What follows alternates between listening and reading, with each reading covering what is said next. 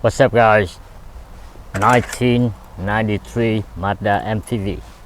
This vehicle has the shift selector is stock in part.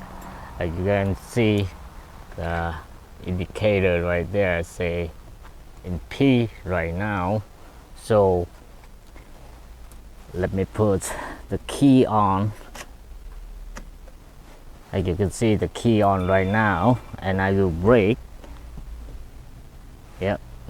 But as you can see, no matter the key just on or the key on engine run, when we brake, we can able to shift the shift selector to any position. But once again, let me turn off the key, you guys. As you can see on the clutter, let me turn on the key. And accessory now, and the key on, and you can see on the clutter no any working light. Hopefully not the ignition key.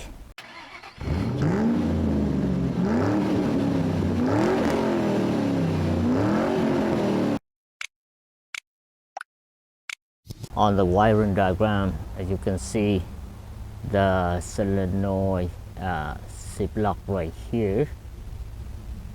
Yeah, I don't know this side go where, but you can see this side connected here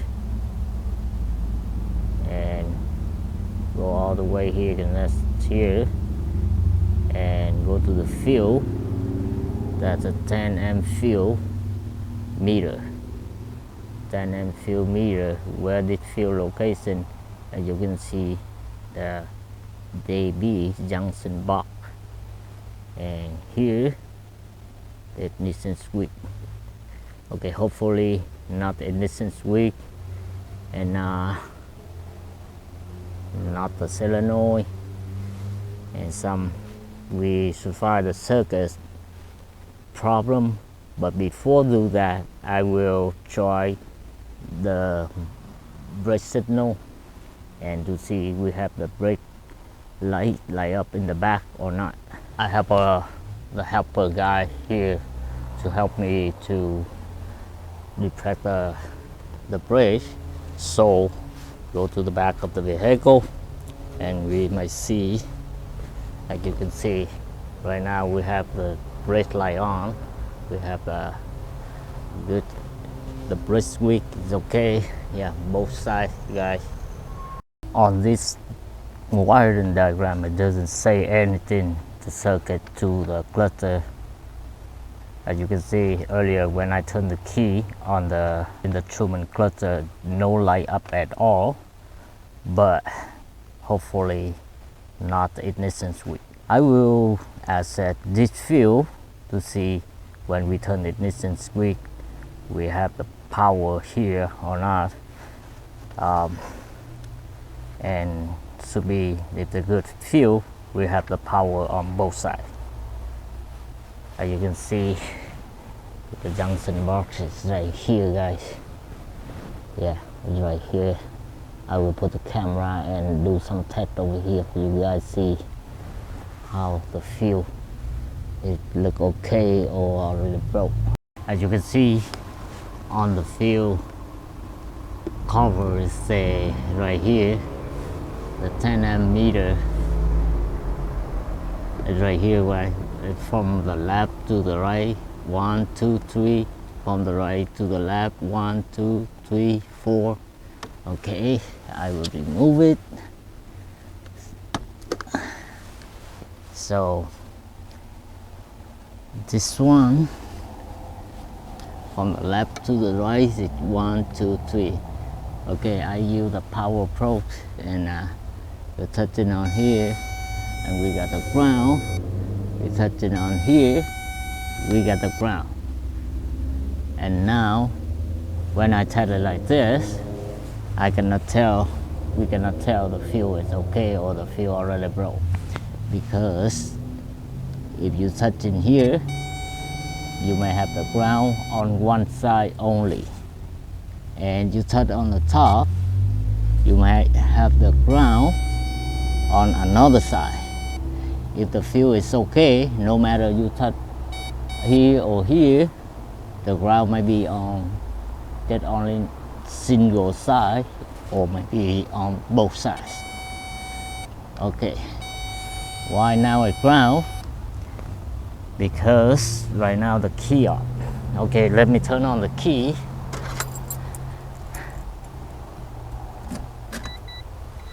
Yes, the key on right now, guys. This time we will have the answer, the fuel is good or not, or maybe no power from the ignition sent to this fuel. Yeah, we have the ground from here. We have the power here. That means the ignition key send the power here. Okay, but the reason why this fuel broken, when you guys use electrical tool check for the circuit short to the ground, I recommend should not use the test light, because when you touch the test light on one side, on the ground side right here, on some circuit the test light will light up like you touching direct to the negative battery.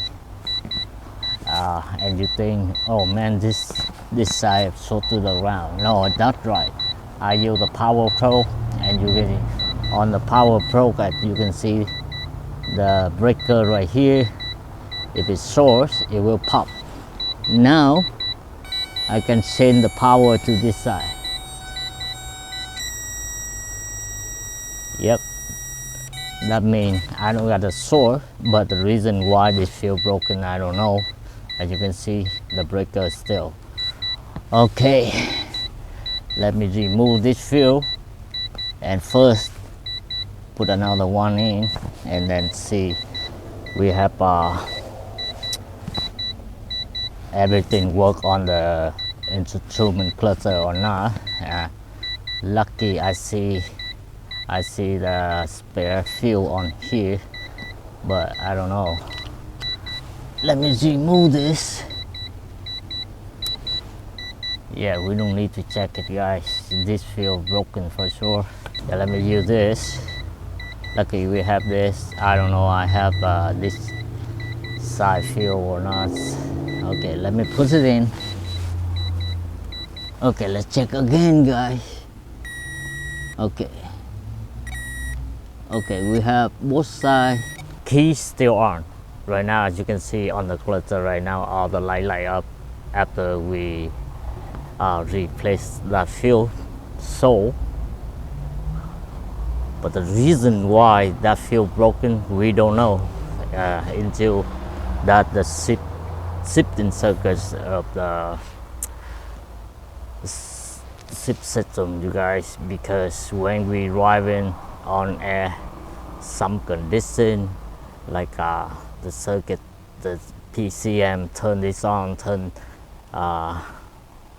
another one on, it turn something like that. So even we brake like this, you see, if we brake it like this and the fuse was broken, that means the circuit is short somewhere, guys.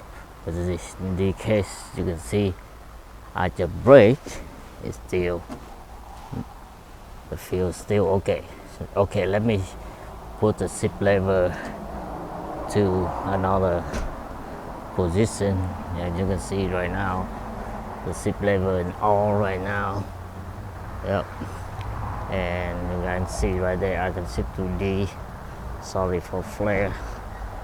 N now, and D, and S and L.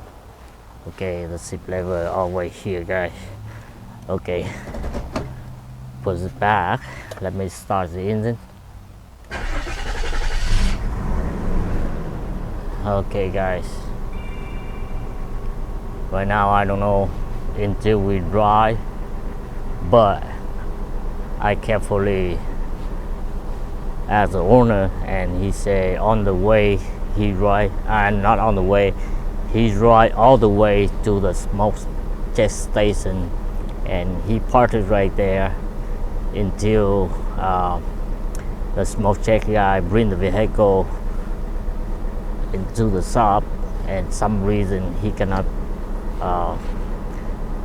take the gear selector move anymore.